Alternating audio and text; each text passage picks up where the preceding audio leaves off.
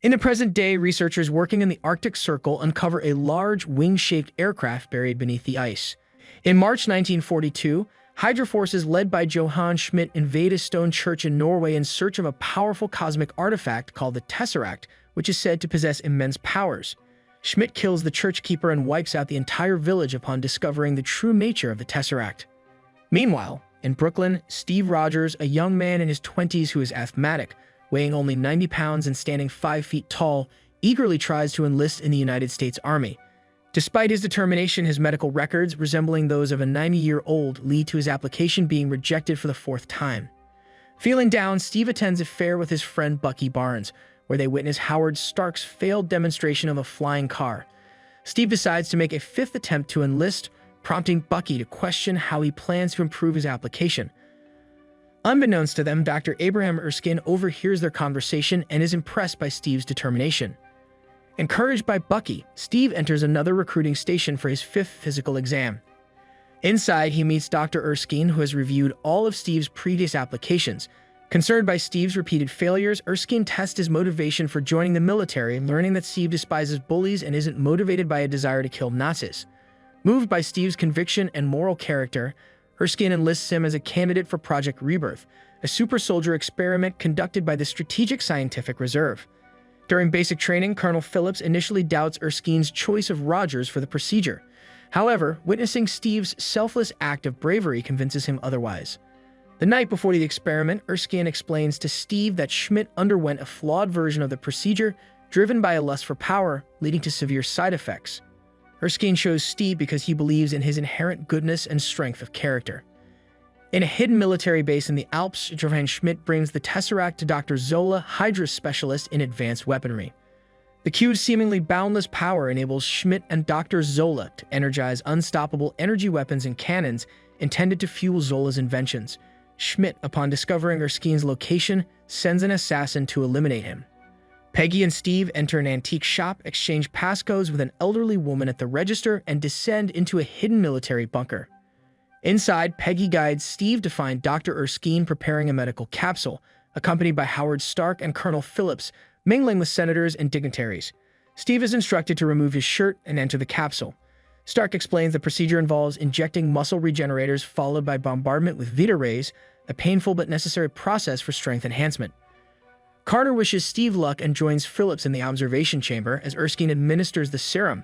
Steve endures intense pain but insists they continue, emerging from the capsule a foot taller and 100 pounds heavier, his body optimized to its human potential limits. Celebrating the success, everyone descends to congratulate Erskine, but the festivities are interrupted when Heinz Kruger, disguised as an attendee, detonates an explosive in the gallery. Kruger fatally shoots Erskine, steals the last vial of serum, and escapes. Steve pursues Kruger, using his newfound abilities to catch up, but inadvertently breaks the vial during the struggle. Kruger commits suicide before interrogation. With Erskine dead and the serum lost, the SFR is ordered to engage Hydra directly in the war effort. Despite his transformation, Phillips decides to leave Steve behind for scientific study, sparking Steve's journey as Captain America. In an effort to rediscover Erskine's formula, Senator Brand approaches Rogers with a different offer: to tour the nation for the USO, using his image as Captain America to boost war donations and morale. Rogers accepts, and as Captain America, he performs in scripted stage shows across the country, becoming a symbol of strength and patriotism.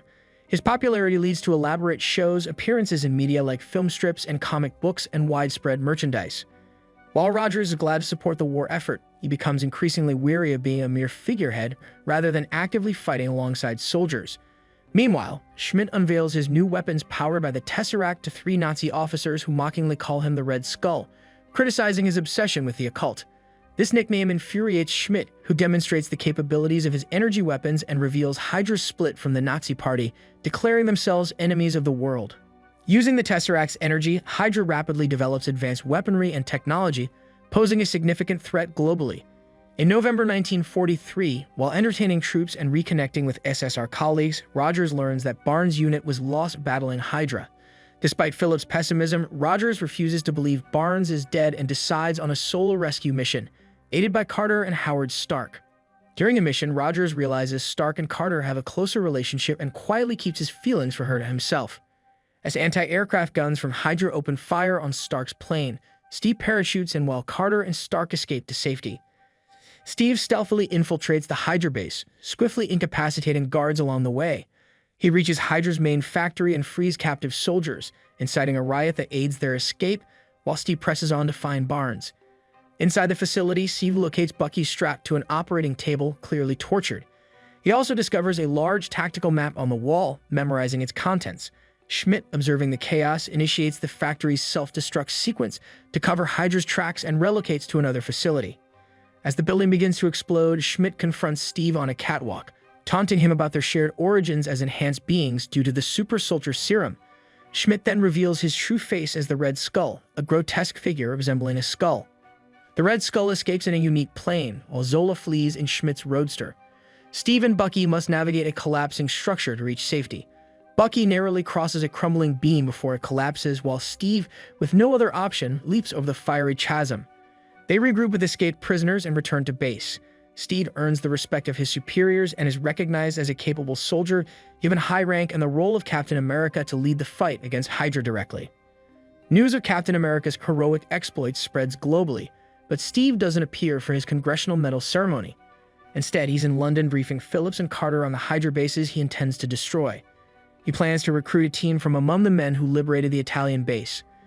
In a bar, Steve meets the Howling Commandos, who enthusiastically agree to join his mission. As they discuss strategy, Peggy enters, stunning everyone in a form-fitting cocktail dress.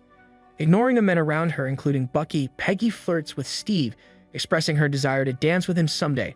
Meanwhile, Howard Stark equips Steve with advanced gear, including a durable combat uniform and a circular shield made from vibranium, a lightweight vibration-resistant metal capable of absorbing heavy impacts. Over the next 2 years, Steve and the Howling Commandos lead successful offensives against Hydra, frustrating Schmidt. In 1945, they attack a train transporting Zola. During the skirmish, Barnes falls into an icy river, seemingly perishing, while Zola is captured. Steve is deeply affected by Bucky's loss, but Peggy encourages him to use his grief as motivation to end Hydra for good. With Zola's intel, they locate Hydra's final stronghold. Steve leads a mission to prevent Schmidt from using weapons of mass destruction on the United States. Planning an assault on Red Skull's headquarters, Steve dons a new uniform and charges on a Harley. Inside the base, he confronts a Hydra army and is captured, taken to Red Skull's private weapons lab. Red Skull questions what makes Steve special, to which Steve replies humbly, "Nothing. I'm just a kid from Brooklyn." Moments later, Steve's team launches a daring attack, splinting into Red Skull's office and initiating a fierce firefight. Phillips and Carter lead Allied soldiers in storming the base, causing chaos among Hydra ranks. Red Skull escapes to his hangar, where the massive aircraft bomber powered by the Tesseract awaits. Steve boards the aircraft known as the Valkyrie as it prepares for takeoff. Inside the aircraft, Captain America discovers dozens of missiles, each targeted at different major American cities. In the large cockpit, he engages in a physical brawl with Red Skull. During the intense fight, Red Skull fires his energy pistol powered by the Tesseract, but Captain America deflects the shots with his shield. In the chaos, a shot into a console containing the Tesseract, causing it to open a wormhole into space that engulfs Red Skull in blinding light. The Tesseract falls, burning through the aircraft and plunging into the ocean.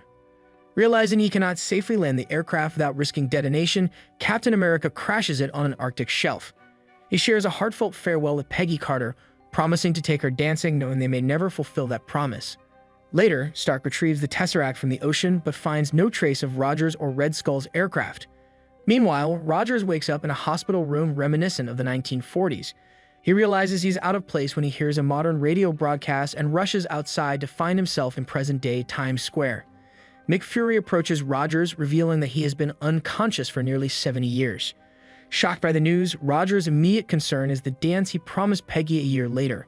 Fury then proposes a mission with global significance, setting the stage for Captain America's reintroduction to a world drastically changed from the one he knew. Subscribe for more recaps like this.